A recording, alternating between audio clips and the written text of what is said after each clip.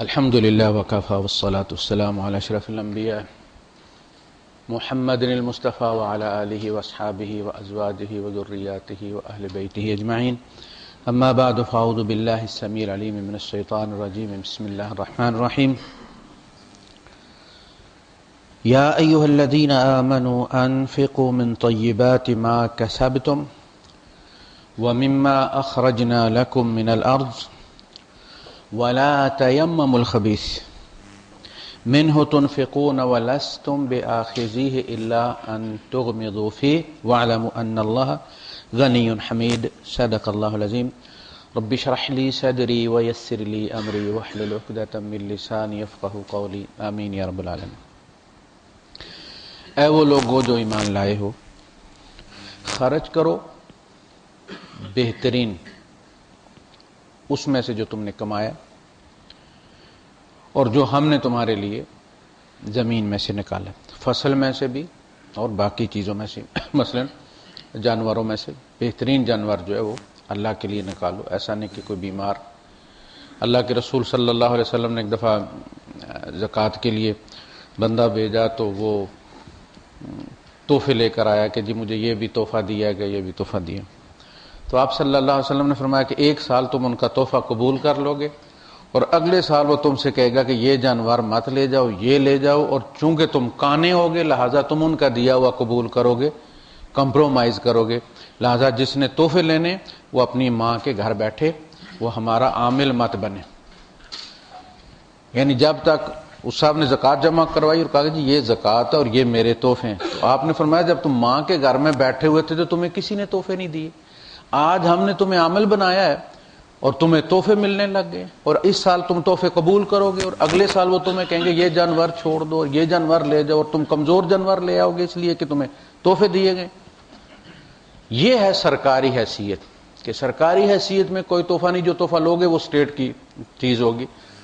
آپ جب تحفے دیتے ہیں، جیسے ہمارے یہاں ملک کے صدور وغیرہ دوسرے ملک کے صدر کو دیتے ہیں، تو وہ حکومت کے پیسے میں سے دیتے ہیں، عوام کے پیسے میں سے دیتے ہیں، خزانے میں سے دیتے ہیں، اور ان کا دیا وہ گھر لے جاتے ہیں، وہ بھی خزانے میں جمع ہونا چاہیے، کوئی حق نہیں ہے ان کا ذاتی اس پر، وہ انہوں نے سرکاری حیثیت میں ان کو دیا گیا اور وہ سرکار کے خزانے میں جمع ہونا چاہیے۔ وَلَا تَيَمَّمُوا، اور نیت بھی مت کرو، ارادہ بھی مت کرو۔ تیمم جو ہے نا، یہ اصلاً اس لیے ہے کہ اس میں ہم صاف ہونے کی، پاک ہونے کی نیت کرتے ہیں۔ وضو بغیر نیت کے بھی ہو جاتا ہے، آپ وضو کی نیت نہ کریں، آپ سیدھے نہا لیں جا کے تالاب میں تو آپ کا وضو ہو جاتا ہے، لیکن تیمم میں اگر آپ نے نیت نہیں کی تو بے شک ساری وہ 2 بوری مٹی اوپر ڈال لیجئے، آپ پاک نہیں ہوئے، اس لیے کہ پانی جو ہے وہ اپنی ذات میں ماء طہورا ہے، پاک کرنے والا ہے، آپ نیت کریں یا نہ کریں۔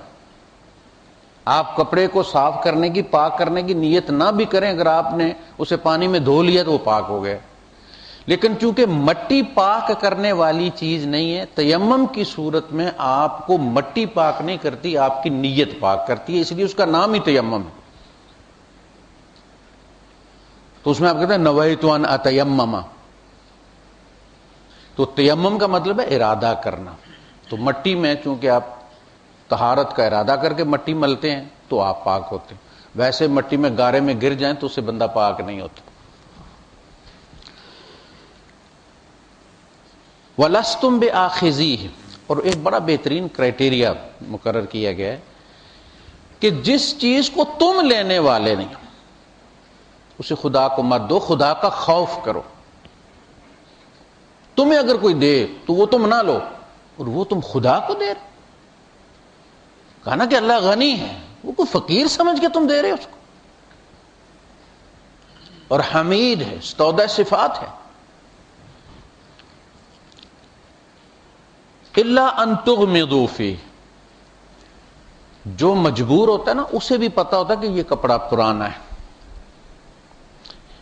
یہ پہن کے کسی اچھی مجلس میں نہیں جایا جا سکتا،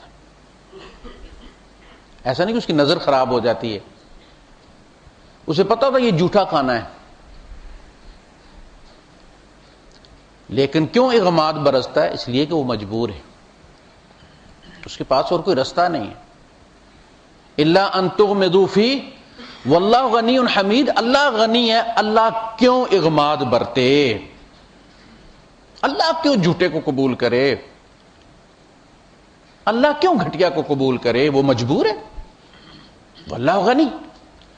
تم مجبوری میں پھر گھٹیا کو بھی قبول کر لیتے ہو۔ الشیطان یعدکم الفقر، یہ نفسیاتی بیماری بتائی اندر کی۔ وعدہ یعدو دو معنوں میں استعمال ہوتے ہیں۔ اگر اچھی چیز کا وعدہ کیا جائے کہ بیٹا اگر تم پاس ہو گئے تو میں تمہیں سائیکل لے دوں گا، یہ ہمارے زمانے کا وعدہ ہوتا تھا، آج کل بچے اس پہ نہیں ٹرتے۔ یہ وعدہ ہے، اچھی چیز کا وعدہ کیا جائے یہ وعدہ ہے۔ اور اگر یہ کہا جائے کہ اگر پتر تم فیل ہو گئے تو میں تمہاری ہڈیاں توڑ دوں گا، تو یہ وعید ہے۔ مادہ دونوں کا وہی ہے، واو عین اور دال، وعدہ۔ جہاں سزا کا وعدہ کیا جا رہا ہے اس کو کہتے ہیں، بری چیز کا وعدہ کیا جا رہا ہے اس کو کہتے ہیں وعید، اور اچھی چیز کا وعدہ ہے وعدہ ہی، اچھی چیز کا وعدہ کیا جائے، انعام کا وعدہ کیا جائے تو وہ وعدہ کہلاتا ہے۔ الشیطان یعدکم الفقر، شیطان تمہیں ڈراوا دیتا ہے، وعید سناتا ہے فقر کی، کہ اگر تو نے یہ خرچہ تو تو فقیر ہو جائے، تیرے پاس ککھ نہیں بچے۔ وہ مائنس کر کر کے دکھاتا ہے کہ اگر یہ تو نے کر لیا، دے دیا اللہ کی راہ میں یہ 4 پیسے، تو سمجھ تو کنگال ہو گیا۔ الشیطان یعدکم الفقر، جب تم کوئی چیز دینے کا ارادہ کرتے ہو تو ایک طرف شیطان تمہیں ڈراوا دیتا ہے کہ فقیر ہو جاؤ گے، اور دوسری طرف اللہ تم سے وعدہ کرتا ہے اپنے فضل کا کہ میں زیادہ دوں گا۔ اب یہ تم پر ہے کہ تم کس کے وعدے پر اعتبار کرتے ہو۔ بڑا خطرناک موقف ہے وہ، جسے لوگ کہتے ہیں نا کہ یہ پلسرات، بال سے باریک اور تلوار سے زیادہ تیز، وہ یہاں دنیا میں ہے۔ یہاں گریں گے ہم، وہاں تو اس کا ایکشن ری پلے ہوگا، وہاں تو ہائی لائٹس دکھائی جائیں گی۔ بندے یہاں گرتے ہیں پلسرات سے، یہ پلسرات یہ ہے۔ 4 پیسے آپ نے دینے، آپ پلسرات پر کھڑے، ایک طرف ابلیس ہے جو کہتا ہے کہ مارے جاؤ گے، کنگال ہو جاؤ گے، تمہارے پاس کچھ نہیں بچے گا، دوسری طرف اللہ کہتا ہے میں اپنے فضل کے خزانے کھول دوں گا۔ الشیطان یعدکم الفقر ویامرکم بالفحشاء، شیطان تمہیں فقر کے ڈراوے دیتا ہے اور تم سے یامرکم بالفحشاء، بے حیائی کے رویے کا تقاضا کرتا ہے تم سے، شرمناک رویے کا تقاضا کرتا ہے تم سے، کہ تم دیکھتے ہو تمہاری بہن ہے، تمہارا بھائی ہے، ضرورت مند ہے، بچے کے علاج کے لیے چاہیے، انہیں فوری ضرورت ہے، تمہارے پاس ہے، اور تم کہتے ہو خدا نخواستہ اگر میرا بچہ، شیطان کہتا ہے اگر تیرا بچہ بیمار ہو گیا تو کیا ہوگا؟ اللہ تیرے بچے کو بیمار کرے گا ہی کیوں؟ اور تو جوڑ کے بیٹھ گیا وہ 2000 یا 10,000 اپنے بچے کی بیماری کے لیے، تمہیں پتہ ہے کہ وہ بیماری 10 لاکھ کی بھی لگا سکتا ہے، یہ تیرا 10,000 وہاں کیا کرے گا؟ وَيَأْمُرُكُمْ بِالْفَحْشَاءِ، تمہیں شرمناک رویے کی ترغیب دیتا ہے۔ وَاللَّهُ يَعْدُكُم مِّنْهُ مَغْفِرَةً وَفَضْلًا، اللہ تمہیں اپنی عطا، بخشش اور فضل کا وعدہ کرتا ہے تم سے۔ اب یہ تمہارے ایمان پر ڈیپینڈ کرتا ہے کہ تم، اللہ کے رسول صلی اللہ علیہ وسلم نے فرمایا کہ فقر کے 2 علاج، ایک صدقہ، اور قسم کھائی ہے اس پر کہ صدقہ مال کو کم نہیں کرتا، اور دوسرا شادی۔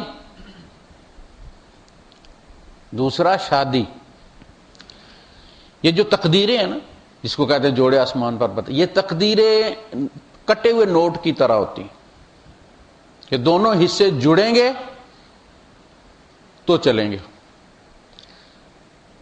عموماً اولاد مرد کے مقدر میں لکھی ہوتی ہے اور رزق بیوی کے مقدر میں ہوتا ہے، اس کے آنے سے حالات تبدیل ہونا شروع ہوتے ہیں۔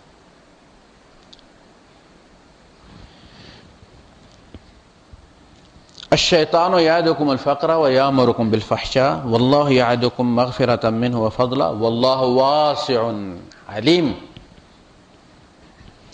اللہ کے خزانے وسیع ہیں، اتنے وسیع ہیں کہ آپ دیکھیں حدیث قدسی میں اللہ نے مثال دی کہ تمہارے اگلے اور تمہارے پچھلے جو مر گئے ہیں وہ بھی اور جو قیامت تک آنے والے ہیں وہ بھی انسان، سارے جن اور بشر، زمین والے اور آسمان والے، فرشتے بھی ساتھ شامل ہو، سارے مل کر باری باری نہیں بیک وقت سوال کریں، اور جو چاہیں سوال کریں، کوئی پابندی نہیں، اور اللہ پاک سب کی ضرورت، سب کے سوالات کو بیک وقت پورا کر دے،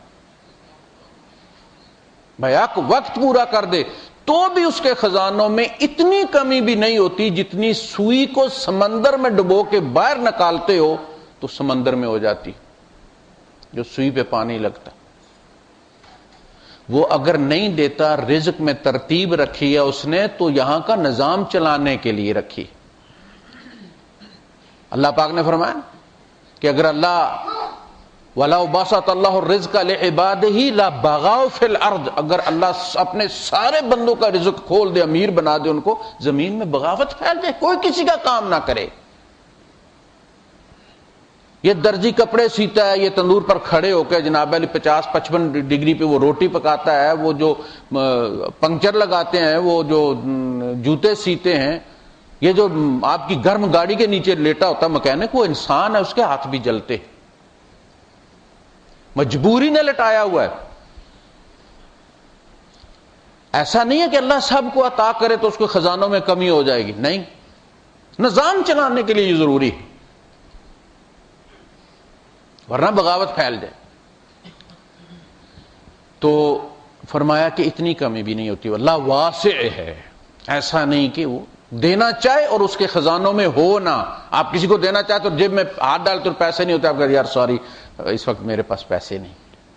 اللہ کے یہاں نہیں کہ میں دینا چاہتا اور کہہ گئے سوری خزانے میں کچھ نہیں ہے۔ عطائی کلام، میرا کلام کن عطا ہے، مجھے فیکٹریاں نہیں لگانی، میں کن کہتا ہوں اور مٹی تمہاری سونا بننا شروع ہو جاتی، تمہارے نقصان نفع میں تبدیل ہونا شروع ہو جاتے۔ وعذابی کلام، اور عذاب کے لیے بھی مجھے فیکٹریاں نہیں لگانی پڑتی، سزا کے لیے بھی عذابی بھی کلام ہے، میں کن کہتا ہوں، تیرا اپنا بیٹا ہی گولی مار دیتا۔ امیر محمد خان کو دیکھو، بڑا بدماش تھا، بڑی دہشت تھی،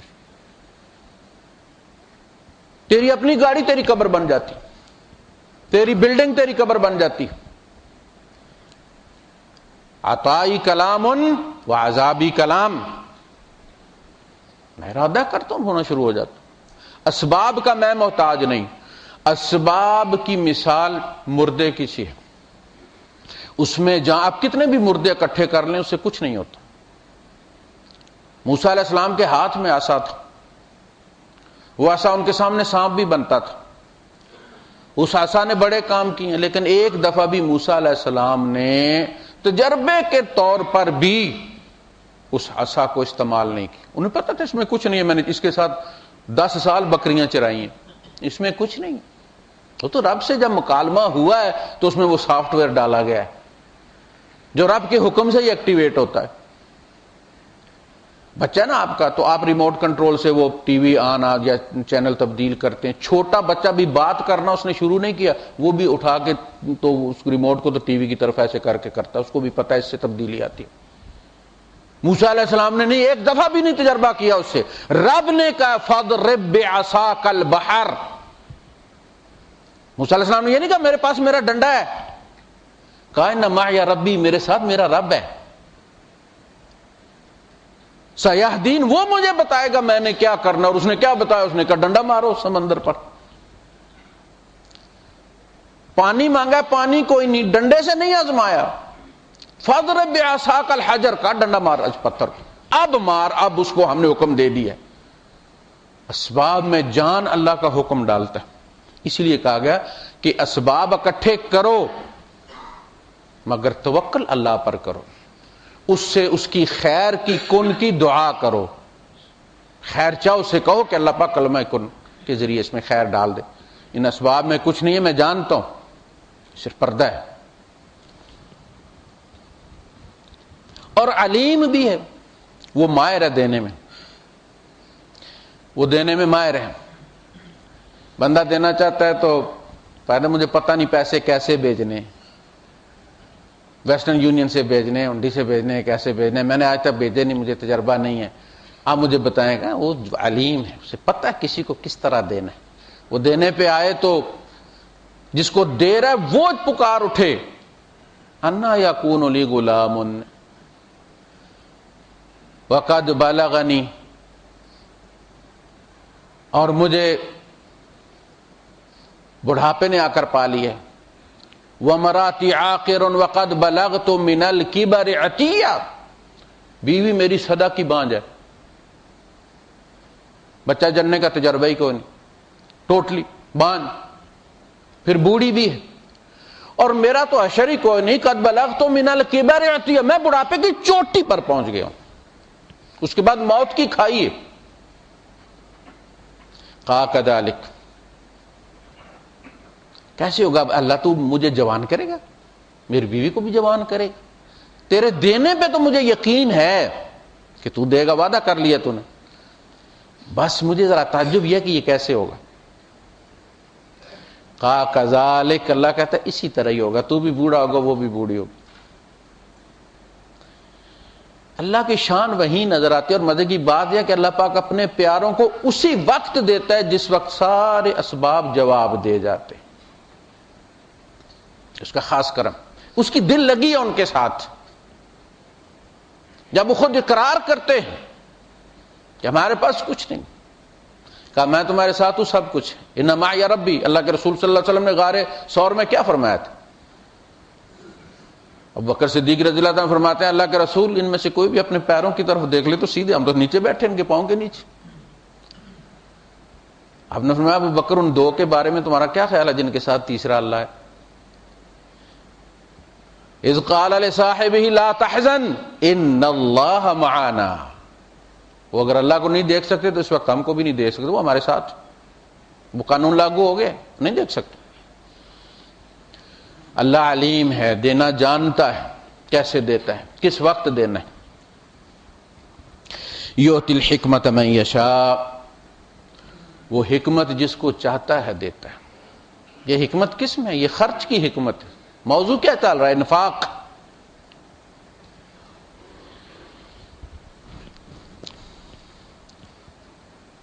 وَمَن يُؤْتَ الْحِكْمَةَ فَقَدْ أُوتِيَ خَيْرًا كَثِيرًا، جسے خرچ کرنے کا سلیقہ دے دیا اللہ نے، اسے بہت بڑا، اصل میں یہی تو ہے وقت خرچنے کا سلیقہ۔ انبیاء دنیا میں تشریف لاتے ہیں انسان کو وقت خرچنے کا طریقہ بتانے کے لیے، یہ سلیقہ ہے، اس طرح خرچ کیا جاتا ہے وقت۔ سب سے بڑا سرمایہ ہمارا وقت ہے، باقی ساری چیزیں اس کے ساتھ ضرب کھاتی ہیں تو ان کی قیمت بنتی ہے، وہ اپنی ذات میں کچھ نہیں۔ ایک بندہ کمبل اوڑھ کے لیٹا رہتا بیکار، سارا دن اس کا گزر گیا، 18 گھنٹے گزر گئے ہیں بیکار میں گئے۔ دوسرا اسی کا بھائی ہے، وہ دیہڑی لگا کے آیا ہے، اس کا 100 200 300 400 500 درہم بن گیا ہے، تو اس کے وقت کے ساتھ اصل میں اس کی صحیح نے ضرب کھائی ہے تو اس کا وقت قیمتی بن گیا، اور اس کی صحیح نے کوئی کی ضرب نہیں کھائی تو وہ اپنی جگہ، وقت اس کا وقت وہی ہے، اصل چیز جو ہے وہ وقت ہے، پھر وہ باقی ہماری صلاحیتوں کے ساتھ ضرب کھاتا ہے تو اس کی کوئی اہمیت بنتی۔ وَمَا يَذَّكَّرُ إِلَّا أُولُو الْأَلْبَابِ، مگر یہ بات سوائے عقل مندوں کے اور کسی کی سمجھ میں نہیں آتی۔ وَمَا أَنفَقْتُم مِّن نَّفَقَةٍ أَوْ نَذَرْتُم مِّن نَّذْرٍ، اور تم کوئی بھی خرچہ نہیں خرچتے، انفاق نہیں کرتے یا کوئی نظر پوری نہیں کرتے، فَإِنَّ اللَّهَ يَعْلَمُ، بے شک اللہ اس کو جانتا ہے۔ ہمارا مسئلہ یہ ہوتا ہے کہ ہم خرچ کریں اور پھر اگلے کو پتہ چلے کہ ہم نے خرچہ، ایسا نہ ہو۔ پہلے ہوتا یہ تھا کہ مریض کے یہاں جب لوگ جایا کرتے تھے عیادت کے لیے تو اس کے تکیے کے نیچے ہاتھ کر کے کچھ پیسے رکھ لیتے تھے، سب کا پردہ رہتا تھا، 100 والا بھی، 10 والا بھی، 5 والا بھی، 500 والا بھی، بعض وہ بھی ہوتے تھے صرف ہاتھ نیچے کرتے تھے، ہاتھ میں ہوتا کچھ نہیں تھا، لیکن سفید پوشی تھی، سب کے پردے تھے، اور اس کو علاج کے پیسے مل جاتے۔ آج مشورے سارے دیتے ہیں، پنڈی لائے جاؤ جی، الشفا چلائے جاؤ جی، کمپلیکس لائے جاؤ جی، اور یار اس کے یہ تو پوچھو اس کے پاس گاڑی کے پیسے بھی ہیں کہ نہیں ہیں؟ مشورے دیتے ہو، پیسے نہیں دیتے ہو۔ روپیہ 5000 ان کے ہاتھ میں رکھو نا، پھر مشورہ دو۔ تو اس زمانے میں لوگ مشورہ نہیں دیتے تھے، پیسے دیتے تھے. چلو ڈاکٹر کے پاس نہیں جائے گا، یخنی یار مرغے کی پی لے گا. تو یہ سلسلہ تھا. اب وہ جو 500 دے کے آیا ہے، وہ بتانا چاہتا ہے کہ یار اس کو پتہ تو چلے میں نے 500 دیا ہے. تو یا تو وہ ہاتھ میں پکڑاتا ہے تاکہ وہ 10 والوں کے ساتھ مکس نہ ہو جائے، یا بعد میں کسی بہانے سے بتا دیتا ہے. بعد میں 100 پکڑائے گا اور کہے گا کہ وہ 500 میں نے پہلے رکھے تھے اور یہ 600 ہو گیا. فرمایا اگر اللہ کے لیے دیا ہے تو پھر اللہ کو تو پتہ ہے تکیے کے نیچے کتنا گیا ہے. وَلَا تَوَارَى مِنْهُ سَمَاءً سَمَاء، ایک آسمان دوسرے آسمان کے آگے آ جائے تو خدا کو دیکھنے سے روک نہیں سکتا کہ نیچلے والے آسمان پہ کیا ہو رہا ہے. وَلَا جَبَلٌ مَا فِي وَعْرِهِ، نہ پہاڑ اسے اس سے روک سکتا ہے کہ وہ یہ دیکھے کہ اس کی کھو میں کیا ہو رہا ہے. وَلَا بَحْرٌ مَا فِي قَعْرِهِ، اور نہ سمندر اس کو اس سے روکتا ہے کہ وہ نیچے دیکھے کہ سمندر کی تہ میں کیا ہے. وہ تکیے کے نیچے نہیں دیکھ سکتا کہ تو نے کتنے رکھے اگر خدا کے لیے رکھے. تو اللہ اسے جانتا ہے، تمہیں بتانے کی ضرورت نہیں ہے، تم اسے قیامت کے دن اپنے نامہ اعمال میں پالو گے. وَمَا لِلظَّالِمِينَ مِنْ أَنصَارٍ، اور ظالموں کا کوئی مددگار نہیں. جب بندہ ریاکاری کرتا ہے نا، یہ شرک ہو جاتا ہے. اور مشرک کو ظالم کہا گیا، ان الشرک لظلم عظیم. شرک سب سے بڑا ظلم. جہاں بھی قرآن حکیم میں آیا اکثر و بیشتر ظالمین سے مراد مشرکین ہی ہیں. ظلم ہوتا ہے بے انصافی، وضع الشیء غیر محلہ، کسی چیز کو اس کی جگہ سے ہٹا دینا، رکھنا، یہ ظلم ہے. ایک پرزہ ہے اس کی جگہ پہ نہ لگایا جائے، دوسری جگہ ٹھونک دیا جائے، یہ ظلم ہے. ایک سوئی ہے اس جگہ نہیں دوسری جگہ لگا دیا آپ نے، یہ ظلم ہے. اللہ کا حق تھا شکر کرنا، اس کو شکر اس کا ادا کرنا، تم نے دوسری جگہ کر دیا ہے، ظلم. دیا اللہ نے نام، تو نے دوسرے کا لگا دیا ہے، یہ ظلم ہے. شکر کو اپنی جگہ نہیں ملی، غیر جگہ پہ چلا گیا. تو اللہ کے رسول میں ہمیشہ کہا کرتا ہوں کہ جو صحیح حدیثیں اللہ کے رسول صلی اللہ علیہ وسلم کی، ان کا ماخذ اصلاً قرآن حکیم، اسی کی تفسیر کی گئی. آپ نے فرمایا من صلی یرائی فقد اشرک، جس نے ریاکاری کی نماز پڑھی اس نے شرک کی. ومن صام یرائی فقد اشرک، جس نے ریاکاری کا روزہ رکھا اس نے شرک کی. اب جو فرضی روزے ہوتے ہیں ان میں شرک نہیں ہوتا، شرک ہوتا ہے نفلی روزوں میں. جمعرات کا روزہ رکھا ہے، پیر کا روزہ رکھا ہے، اب بتانا بھی مقصود ہے کہ روزہ رکھا ہوا ہے، تو جمائیاں لے گا بندہ کہہ کر یار وہ رات کو تہجد پڑھی تھی تو نیند پوری نہیں ہوئی. تہجد کیوں پڑھی تھی؟ وہ بس وہ سحری کے لیے اٹھا تھا، وہ تو روزہ رکھا تو میں نے کہا چلو 4 ٹکرے مار لیتے. یہ ہے ریاکاری. جب آپ نے فرمایا من صلی یرائی فقد اشرک، جس نے ریاکاری کی نماز پڑھی اس نے شرک کیا، تو اللہ کے رسول نماز میں بھی ریاکاری؟ صدقے میں تو ہوگی، اگلے پہ احسان چڑھانا ہے، نماز میں کیا ہے؟ آپ نے فرمایا ایک بندہ نماز پڑھ رہا ہے کہ اس نے دیکھا کہ اس کا جاننے والا آ گیا، فَيُحْسِنُ صَلَاتَهُ، وہ اپنی نماز کو سمارٹ بنا لیتا. ویسے عادی پڑھ رہا تھا، بس نارمل جیسے پڑھتے ہیں. اور یہ عام طور پہ بیماری ہوتی ہے مشہور آدمی کے. کوئی کسی دینی جماعت کا بڑا سربراہ ہے، کو بہت بڑا مولوی ہے، خطیب ہے، اپنی جگہ سے دوسرے شہر گیا ہوا، مثلا میں ابوظہبی سے شارجہ گیا ہوا، نارمل نماز پڑھ رہا، کس کو پتہ یہ قاری حنیف ہے. ایک ساتھ میں جو بندہ آیا ہوا ہے تو یہ تو مجھے جانتا ہے. اب نماز ٹھیک ہو گئی، ہاتھ اگر پہلے لوز تھے، انگلیاں لٹکی ہوئی تھی، ان کو ٹھیک کر لیا، رکوع لمبا ہو گیا، سجدہ لمبا ہو گیا. فرمایا یہاں سے شرک شروع ہو گئی. پہلے 3 دفعہ سبحان ربی الاعلیٰ کہتا تھا، بندے کو دے کے 5 دفعہ سبحان ربی الاعلیٰ کہہ دیا، سجدہ ذرا لمبا کر لیا. وہ 2 دفعہ اس بندے کے لیے تھے، اور اللہ سب سے غنی شریک ہے. وہ کہتا مجھے اپنے والا بھی نہیں چاہیے، یہ بھی اسی کو دے دے. یہ ہے نماز میں شرک، کہ کسی کے لیے سمارٹ بنانا. فَإِنَّ اللَّهَ يَعْلَمُ وَمَا لِلظَّالِمِينَ مِنْ أَنصَارٍ، ان تبدوا الصدقات فنعما ہی، تم صدقہ چھپا کر دو تو یہ بہتر ہے، صدقہ چھپا کر دو، ان تبدوا الصدقات، صدقہ اگر تم کھل کر دو، فنعما ہی، تو یہ بھی اچھی بات ہے۔ اچھی بات اس لیے ہے کہ اس کو دیکھ کر دوسروں کو ترغیب ملے گی، اور وہ جتنے بھی باقی دیں گے ان کا اجر کم کیے بغیر وہ سارا اجر تیرے نامہ اعمال میں بھی داخل کیا جائے گا۔ ایک وفد آیا، برے حال تھے اس کے، اللہ کے رسول صلی اللہ علیہ وسلم کا رنگ ان کو دیکھ کر متغیر ہو گیا، خزانے میں کچھ نہیں تھا، حضور کو خود فاقے ہوتے تھے، مہاجرین کا جو ہے وہ ایک سیلاب آ رہا تھا، یدخلون فی دین اللہ افواجا، لوگ تو فوجوں کی فوجیں اسلام میں داخل ہو رہی تھی، لیکن اپنے علاقوں سے نکالے جا رہے تھے لوگ، اور وہ مدینے کا رخ کرتے تھے۔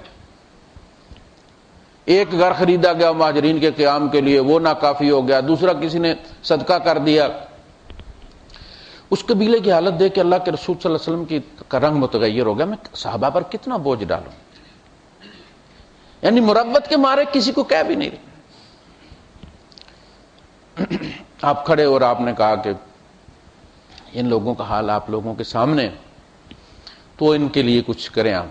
تو کہا کہ کچھ لوگوں نے آنا شروع کیا، کسی کے پاس روٹی کا ٹکڑا تھا وہ لے آیا، کسی کے پاس کچھ ستو تھے وہ لے آیا، کسی کے پاس کھجوریں تھی وہ لے آیا۔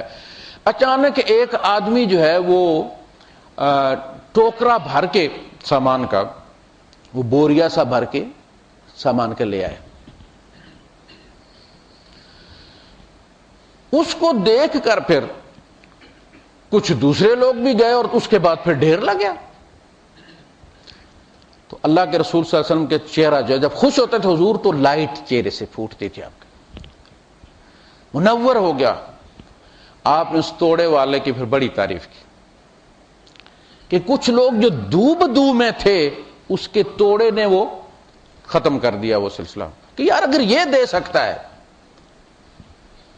ایک بندہ ہے وہ 20,000 درہم تنخواہ لیتا ہے، اس کا ڈرائیور ہے وہ 2,000 درہم تنخواہ لیتا ہے، کہیں کوئی اپیل ہوتی ہے تو وہ 200 دیتا ہے وہ بندہ جس کی 20,000 تنخواہ ہے، اور اس کا ڈرائیور جو ہے وہ 500 دیتا ہے، تو اسے تو شرم آئے گی۔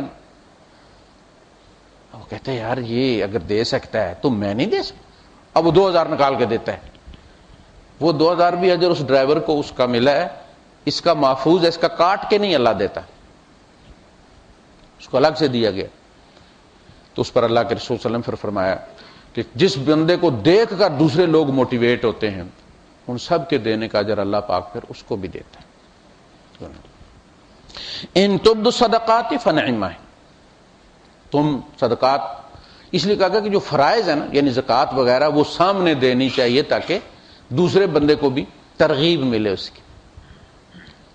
غالباً بخاری شریف کی حدیث ہے کہ بعض دفعہ یہ ہوتا ہے کہ بندہ جو ہے وہ سوچتا ہے کہ یار پتہ نہیں میرے پیسے جاتے کہاں ہیں، تو اللہ کے رسول صلی اللہ علیہ وسلم نے فرمایا کہ تم جب میرے عمل کی مٹھی پہ رکھ دیتے ہو تو تمہارے نامہ اعمال میں چلے جاتے ہیں، آگے اگر کوئی گڑبڑ ہوتی ہے تو تمہارے اجر پہ کوئی فرق نہیں پڑتا، وہ اللہ کے یہاں محفوظ ہے۔ اب یہ اس کا اور اللہ کا معاملہ ہے۔ اس میں پھر کہا کہ تم سے پہلے لوگوں میں ایک بندہ اللہ کی راہ میں خرچنا چاہتا تھا، تو وہ رات کو نکلا اور اس نے ایک عورت کو دیکھا اور اس کی مٹھی میں پیسے رکھ دی، انہوں نے کہا بی بی یہ پیسے ان کو خرچ کرو اللہ کے لیے۔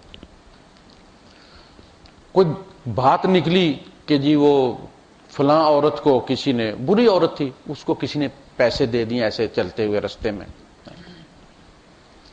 بندے کو بڑی شرم آئی، یار میرا پیسہ جو ہے وہ کسی نیک بندے کے لیے قابل نہیں تھا، اسی عورت کو ملنا تھا۔ اسے رنج ہوا، اس نے اگلے دن اتنے ہی پیسے پھر نکالے اور رات کو پھر وہ نکلا اور ایک بندے کو دیکھا اور اس کو کہا میرے بھائی یہ استعمال کرو، یہ پھر وہ خبر نکلی، پتہ نہیں کسی چور کو کسی نے پیسے دے دیے۔ آپ کو پتا ہوتا ہے آپ کے گاؤں میں کون بکریاں کھولنے والا بندہ ہے، کون چور ہے، ہر بندے کو اپنے گاؤں کا پتا ہوتا ہے، پتا پولیس کو بھی ہوتا ہے، بکریوں بڑے بڑوں کا۔ بندے کو پھر فکر لگی، لو بھائی یار میرا پیسہ ٹھیک جگہ نہیں لگ سکتا۔ تیسرے دن پھر اس نے اسی طرح کیا اور کسی کو رات کو مٹھی میں رکھ دیا کہ یار یہ پیسے لے جاؤ، یہ زکوٰۃ کے ان کو خرچ کر لینا۔ پتہ چلا جی فلاں امیر آدمی کو کراتی پیسے دے گیا، یہ بھی ٹھکانے نہ لگے چونکہ تو وہ خود صاحب نصاب تھا جس کو دیے گئے تھے۔ پھر اسے خواب میں دکھایا گیا کہ وہ جو عورت تھی مجبوری کی وجہ سے وہ گناہ کرتی تھی، جب تو نے پیسے اسے دیے تو اس نے وہ گناہ چھوڑ دی، اور وہ جو چور تھا وہ مجبوری کا چور تھا، جب تو نے پیسے دیے تو اس نے چوری چھوڑ دی، اور وہ جو غنی تھا وہ زکوٰۃ دیتا نہیں تھا، مگر جب تو نے اس کو دی تو اس کو شرم آئی اور اس نے زکوٰۃ دینی شروع کر دی۔ ان تبدوا الصدقات فنعما هي وان تخفوها، اور اگر تم اسے چھپاؤ تو فرض جو ہے زکوٰۃ وغیرہ یہ سامنے دیے جا سکتے، جو نفلی صدقات ہیں وہ چھپا کے دیجیے، کیونکہ ان میں تکبر کا، زکوٰۃ میں تو تکبر کا کوئی امکان نہیں، دوسرے نفلی انفاق میں تکبر کا چانس بن سکتا ہے، شیطان جو ہے وہ ڈال سکتا ہے وسوسہ۔ وَإِن تُخْفُوهَا وَتُؤْتُوهَا الْفُقَرَاءَ، اور اگر تم اسے چھپا کر فقراء کو دو، فَهُوَ خَيْرٌ لَكُمْ، تو وہ تمہارے لیے بہتر۔ یہ سارا انفاق کا سلسلہ چل رہا ہے، اور میں نے کہا تھا کہ یہ ویکسین ہے کہ اگر تم یہ کام کرو تو سود کی ضرورت ہی نہ پڑے۔ واللہ بما ویکفر عنکم من سیئاتکم، اور تمہارے گناہوں کو بھی اللہ معاف کر دیتا ہے۔ واللہ بما تعملون خبیر، جو بھی تم کرتے ہو اللہ اس سے باخبر ہے۔ لیس علیک ھداھم ولکن اللہ یہدی من یشاء، نبی کریم صلی اللہ علیہ وسلم سے کہہ رہا ہے کہ آپ کے ذمے ان لوگوں کو پکڑ کر جنت میں داخل کرنا ہرگز نہیں، یہ آپ کے ذمے نہیں۔ آپ ہدایت پہنچا سکتے ہیں، you can force the horse to the pond, آپ گھوڑے کو تالاب پر زبردستی لے جا سکتے ہیں، لیکن آپ اس کو پانی زبردستی نہیں پلا سکتے۔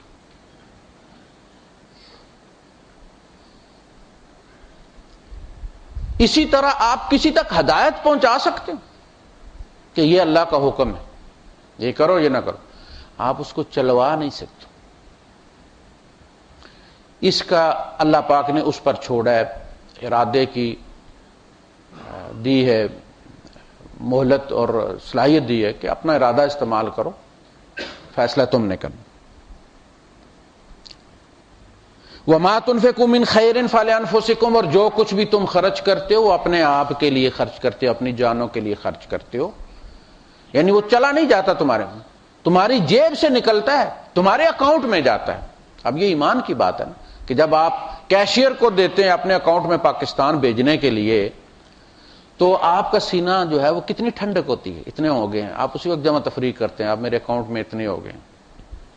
حالانکہ ضروری نہیں کہ وہ آپ کے اکاؤنٹ میں سے جا کے آپ نکلوا سکیں، وصول بھی کریں، ان پیسوں سے آپ کی ملاقات بھی ہو سکتا ہے یہاں سے ڈیڈ باڈی جائے، عموماً جیسا کہ پردیسیوں کے ساتھ ہوتا ہے، اور اس پیسے پہ آپس میں بھائیوں کے جو ہے وہ مقدمے ہوں،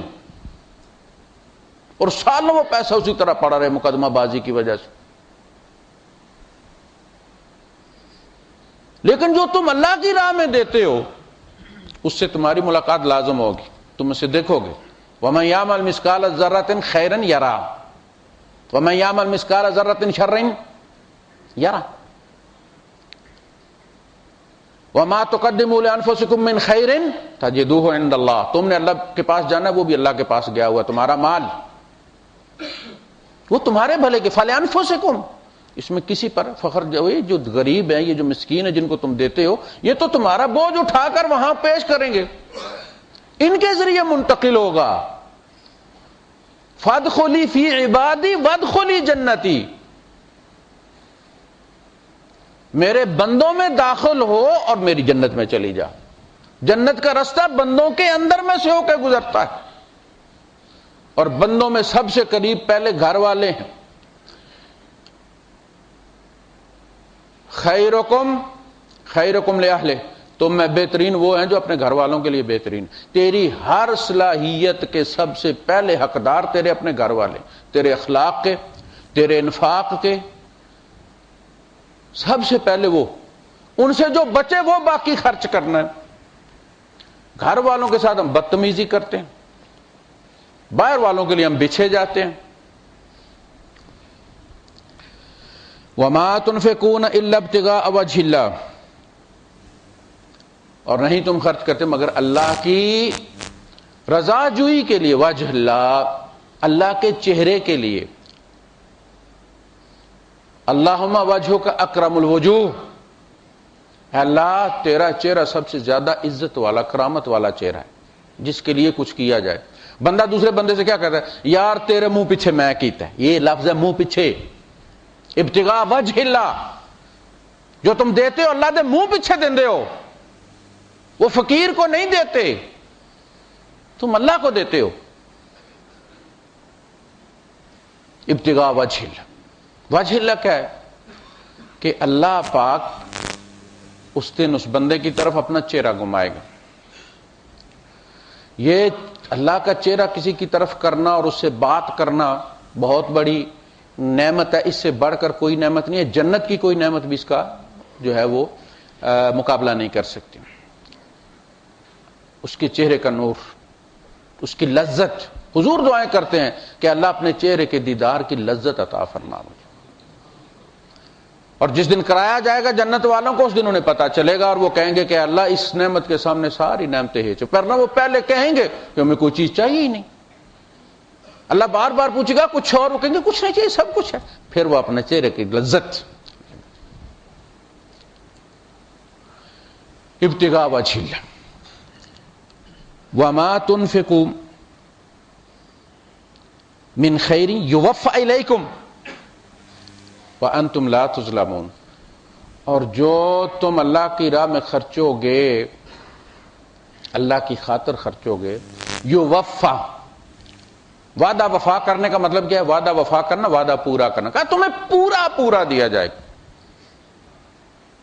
یہ مت سمجھو کہ وہ ڈی ویلیو ہو جائے گا، کمی ہوگی.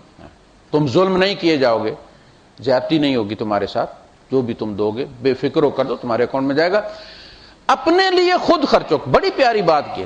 وہ انفقوا خیرا لانفسکم، اور بچوں کے لیے خرچتے ہو تم. ہم سب سارے خرچے کس کے لیے بچاتے بھی ہیں؟ تو کس کے لیے؟ اولاد کے لیے، اولاد کی تعلیم کے لیے، ان کا گھر بنانے. ہم تو یہ کہتے ہیں کہ اولاد کو کچھ کرنا ہی نہ پڑے، اولاد کی اولاد کے لیے بھی جمع کر دیں. اللہ کہتا ہو اپنے لیے بھی کر جاؤ خرچ کچھ. وانفقوا خیرا لانفسکم. لاہور سے ہم چلے، راوی ریحان جانا تھا، تو بس پہ ایک پتیسے والا چڑھا، بیچارہ بالکل مریض تھا. تو ایک نوجوان نے کہا بابا کدی آپ پہ بھی کھا لیا وہ کہ کھنڈ کے ہو دے. کہا بابا کدی آپ پہ بھی کھا لیا کر اپنا منہ تک. وہ اپنی ذات کے لیے بھی خرچ کر لے. اولاد اپنی اولاد کے لیے خرچے گی، تمہارے لیے کسی نے نہیں خرچنا. اگر تمہیں اپنی فکر نہیں ہے تو اولاد تمہاری فکر کیوں کرے گی؟ اپنی قرآن خوانی خود کر جاؤ. اولاد کی آج کل تعلیم ہی بڑی ٹف ہے بیچاروں کی، اسی سے جان نہیں چھوٹتی. ڈاکٹر بن جائیں گے تو ڈاکٹریٹ میں کوئی ایسا نہیں کہ ڈاکٹر بن گیا، حافظ بن گیا تو اس کا مطلب ختم ہو گیا. نہیں، میڈیکل ہر سال بدلتی رہتی، دوائیاں ہٹائی جاتی ہیں، نئی آ جاتی ہیں، نئی نئی جو ہے وہ تحقیق آتی ہے، نئی نئی مشینیں آتی ہیں. ان کو ادھر سے ہی فرصت نہیں. تیری قرآن خوانی کس نے کرنی ہے بھائی؟ اپنی خود کر جا. خود ہی سپارہ پڑھ لیا کر، خود ہی 2-4 رکوع پڑھ لیا کر. تمہیں اپنی فکر نہیں تو اولاد کیوں کرے گی؟ تمہارے پاس اپنے لیے ٹائم نہیں ہے تو اولاد کا تمہارے لیے کیسے ٹائم ہو؟ تم اپنے ابا کو کتنا ٹائم دیتے ہو؟ چھٹی ہو کے آ جاتے ہو، قبر کو نہیں جاتے تم دیکھنے اس کی. حضور نے فرمایا نا، جو حج پہ آیا اور میری قبر کی زیارت نہیں کی، اس نے میرے ساتھ جفا کی.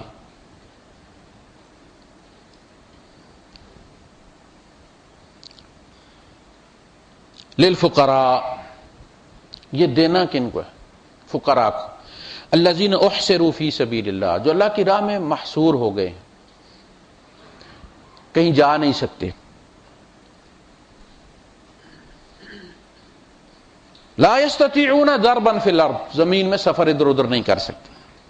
یحسبهم الجاہل اغنیاء من التعفف، ان کی بے نیازی کا عالم یہ ہوتا ہے